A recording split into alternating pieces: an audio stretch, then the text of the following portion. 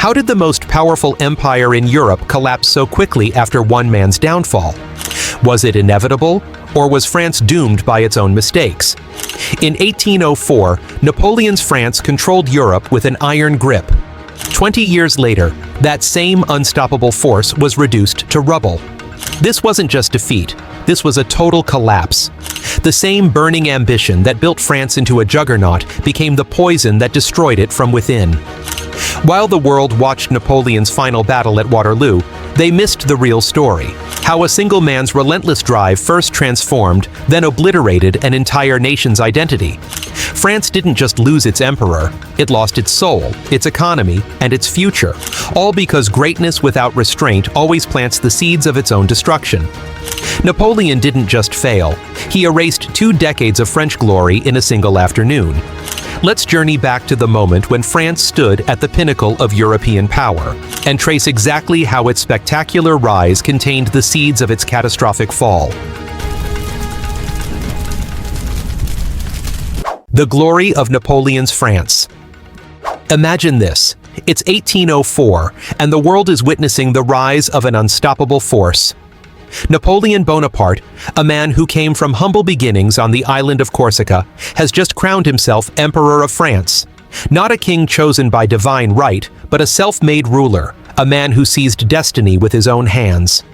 The streets of Paris roar with celebration. The French people are electrified, and for the first time in years, France is not just a country, it's an empire.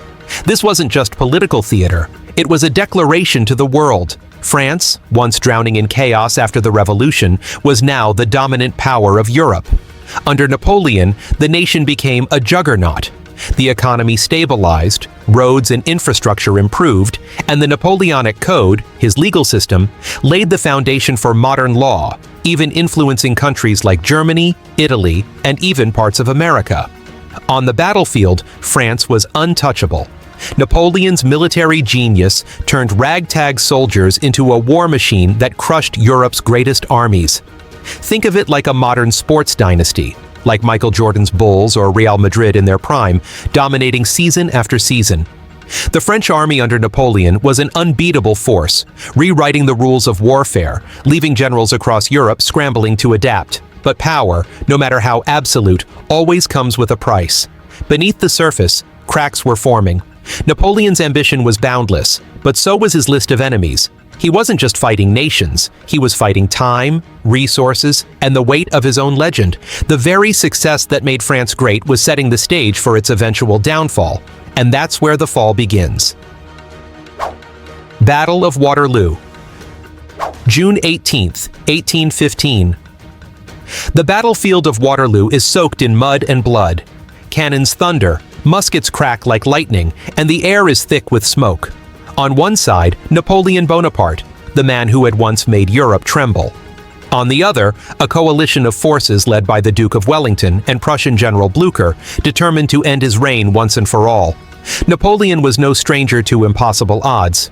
He had crushed empires before, but today, something felt different. His army was strong, but exhausted.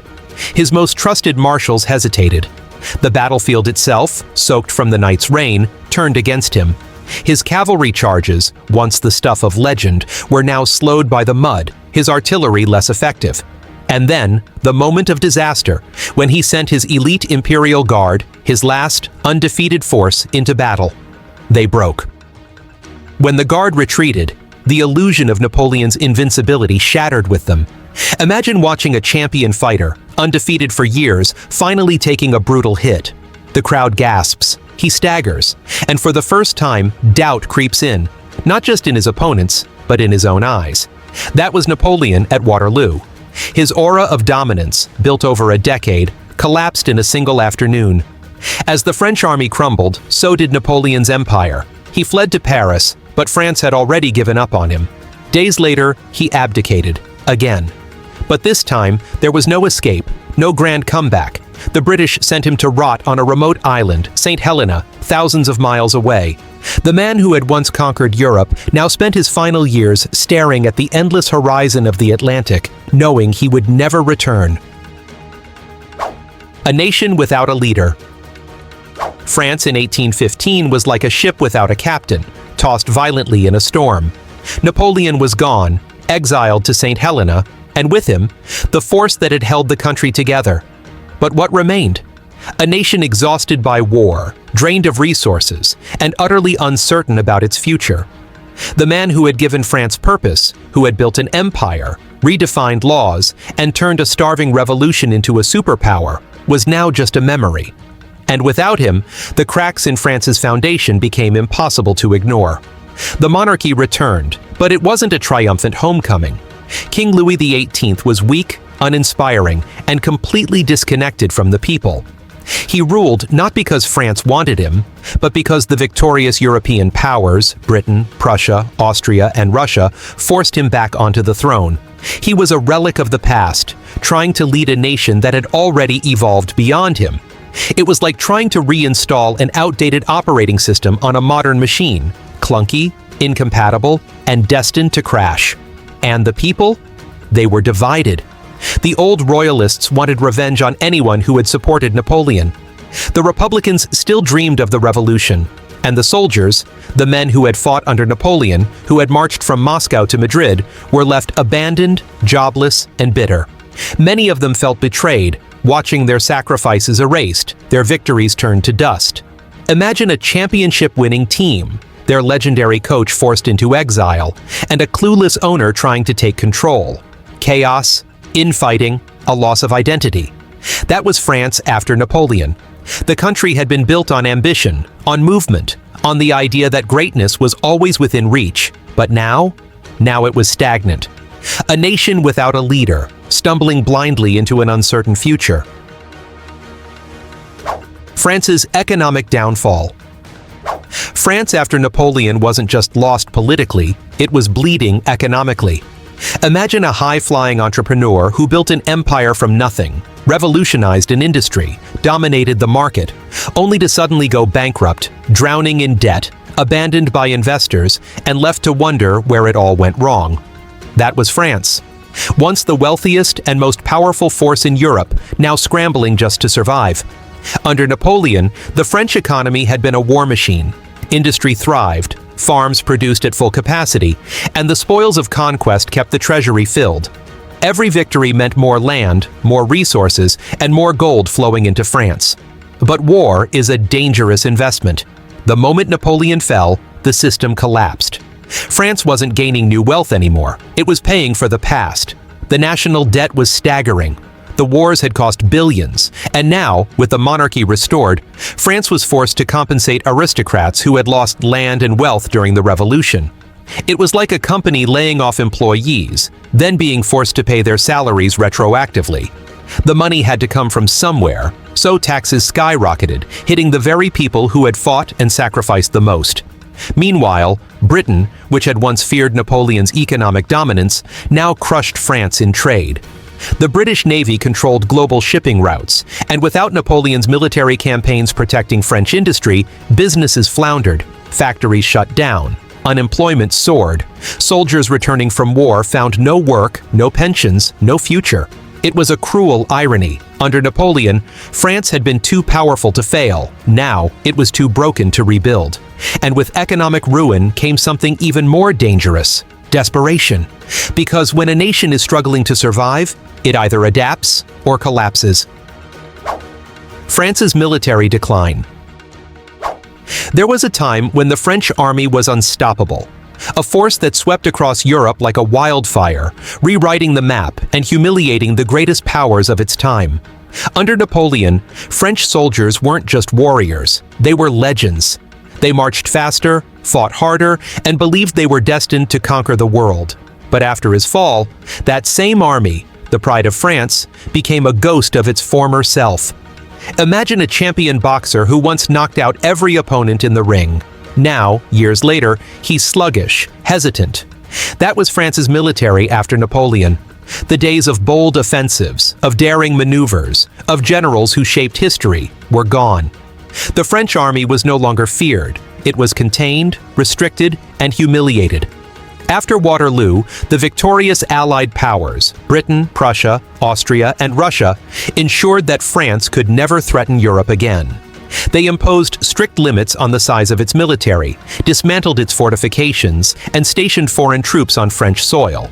It was like clipping the wings of an eagle, forcing it to crawl instead of soar. The mighty Grande Armée, once millions strong, was reduced to a shadow of itself, and morale, it was shattered. The veterans who had once marched alongside Napoleon, who had fought from Egypt to Moscow, were either dead, exiled, or abandoned. France's military wasn't an army anymore. It was a symbol of what had been lost. No more grand campaigns, no more daring strategies.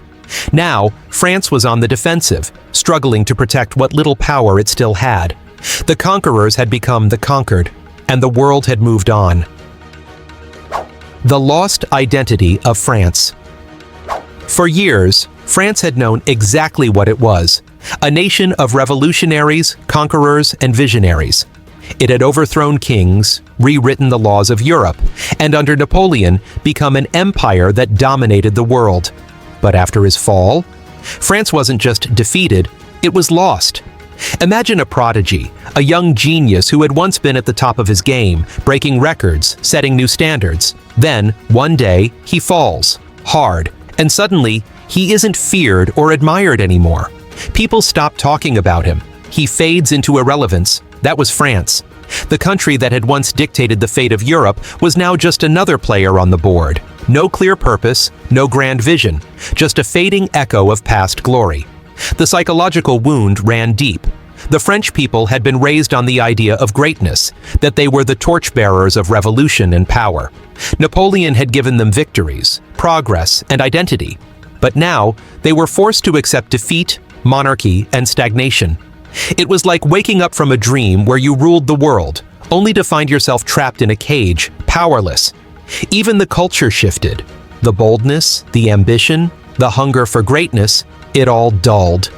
Artists and writers, once inspired by war and glory, turned to themes of nostalgia and loss. France became a nation reminiscing about what it used to be, rather than what it could become. A country without an identity is a country without a future. And for decades after Napoleon, France wandered, searching for a new purpose, one that would take nearly a century to find. Conclusion. France had the potential to remain the dominant force in Europe, but its downfall was inevitable. Napoleon's empire was built on war, and no nation can sustain endless conflict without breaking. His relentless ambition pushed France to its limits, economically, militarily, and politically. Even if he had won at Waterloo, the cracks were already forming. The world was changing, and the old model of conquest couldn't last forever. France didn't just lose a battle, it lost the ability to adapt. Its fall was not just about Napoleon's defeat, but about the weight of an empire that had expanded too fast, too far, and too recklessly. That's all for today. If you have enjoyed this video, do hit that like and subscribe button for more content like this.